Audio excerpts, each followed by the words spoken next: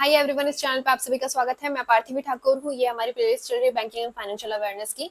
आज का जो लेक्चर है इसके अंदर हम कई सारी टर्म्स, कई सारे कॉन्सेप्ट्स डिस्कस करने वाले हैं in brief format you can say. So Bhim app देखेंगे क्या होता है।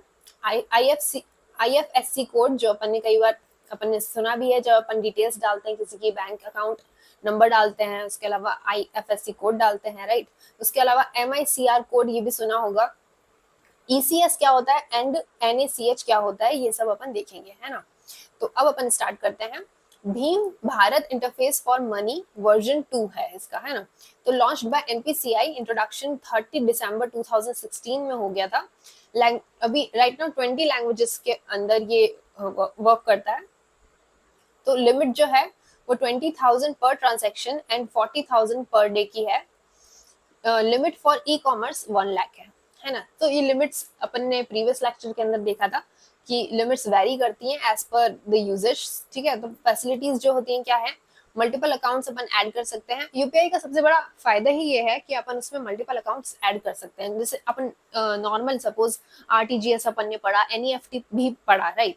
तो इन सब में नेट बैंकिंग के अंदर इन सब में क्या होता है कि अपन उस जो बैंक, जिस बैंक में अपना अकाउंट है उस बैंक के अंदर अपन बेनिफिशियरी ऐड करते हैं। बेनिफिशियरी ऐड करने के लिए अपने को उसकी डिटेल्स डालनी पड़ती है, जैसे सपोज अकाउंट नंबर डालना पड़ता है या आईएफएससी कोड डालना पड़ता है, और या फिर किस बैंक में अकाउंट है वो भी भरना पड़ता है ना। तो ये सारी डिटेल्स अपने को डालनी पड़ती है। उसके बाद बेनिफिशियरी ऐड होने के कुछ टाइम बाद ही अपन ट्रांजेक्शन उसको कर सकते हैं।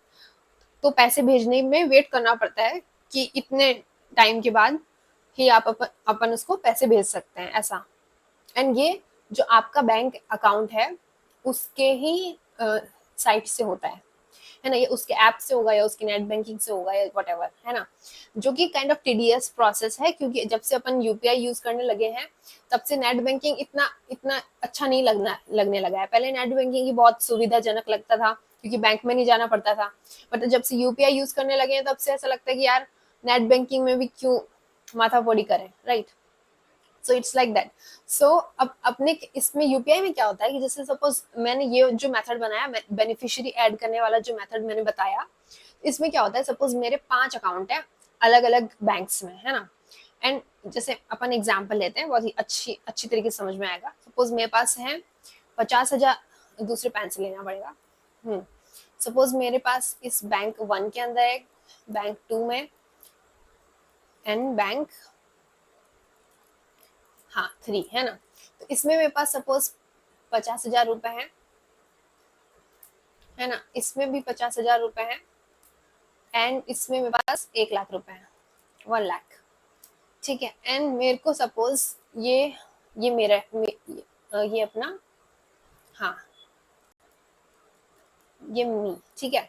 एंड मुझे पैसे भेजने हैं किसी थर्ड पर्सन को, कितने, 2 लाख रुपीज, ठीक है। तो अब क्या है, देखो बहुत अच्छा एग्जाम्पल है, बहुत अच्छे से समझ में आएगा आपको। तो अब इसमें क्या सीन होगा, मैं इसमें लॉग इन करूंगी, इसका जो ऐप है या इसका नेट बैंकिंग है उसमें मैं लॉग इन करूंगी। फिर मैं इसमें, इसमें मैंने लॉग इन करा, देन मैं इसमें बेनिफिशियरी ऐड करूंगी, देन मैं इसमें वेट करूंगी एंड वेट करने के बाद जब वो मुझे अलाउ करेगा तब मैं इसको 50,000 इसमें से भेजूंगी। फिर सेम प्रोसेस में इसके लिए यूज करूंगी, फिर सेम प्रोसेस में इसके लिए यूज करूंगी।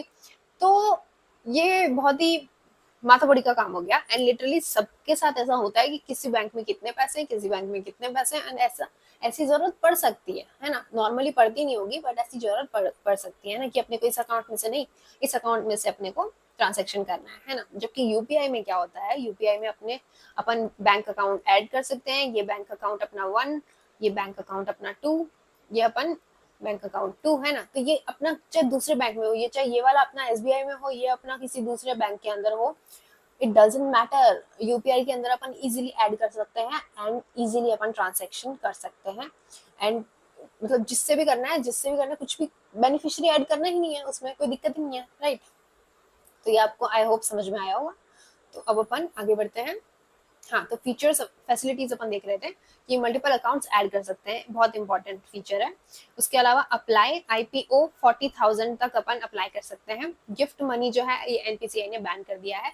गिफ्ट मनी में कुछ नहीं होता कि सपोज अपन ट्रांजेक्शन कर चुके होते हैं अपने मतलब अकाउंट से पैसे कट चुके होते हैं एंड वो उस गिफ्ट कार्ड के अंदर या gift voucher what ever you can say, तो उस गिफ्ट कार्ड के अंदर वो मनी चली जाती है एंड देन जब वो गिफ्ट कार्ड अपन एज अ गिफ्ट दे देते हैं किसी को एंड वो जो सपोज मैंने 40,000 डाले उसमें, तो 40,000 तक कोई परचेजिंग वो कर सकते हैं जिसके पास वो कार्ड है वो, तो ऐसे ही वर्क करता है। तो ये अपना गिफ्ट कार्ड हो गया, गिफ्ट मनी हो गई। उसके अलावा डोनेशन ऑप्शन भी होता है इसमें, है ना। टाइप्स ऑफ कोड्स, तो अब कोड्स के अंदर अपन देखेंगे सबसे पहले अपना IFSC कोड, राइट। हाँ, तो सबसे पहले IFSC कोड देखते हैं।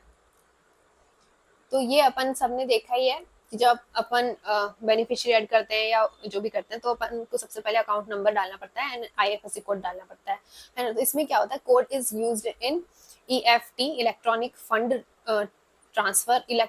EFT ही बोला जाता है वैसे, बट इसको डिजिटल ट्रांसफर भी कह सकते हैं, फंड ट्रांसफर यानी digital and banking, online banking, ये सब चीजें।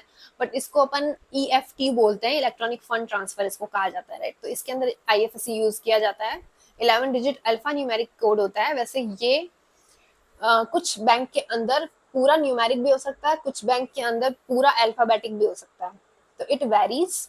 कुछ बैंक में ऐसा होता है ना, यस बैंक में होता है, आई डोंट नो लाइक, हाँ, तो ये वेरी कर सकता है। बट इन जनरल डिफॉल्ट अपना जो केस होता है उसके अंदर ये फर्स्ट 4 डिजिट्स जो होती हैं वो अल्फाबेटिक होती हैं एंड ये डिपिक्ट करती हैं बैंक को। मतलब बैंक जैसे सपोज SBI है तो उसमें SBI जो है वो फर्स्ट 4 डिजिट के अंदर आएगा, ऐसा SBI N या ऐसा कुछ करके, है ना। तो ये जो होता है अपना बैंक को डिपिक्ट करता है।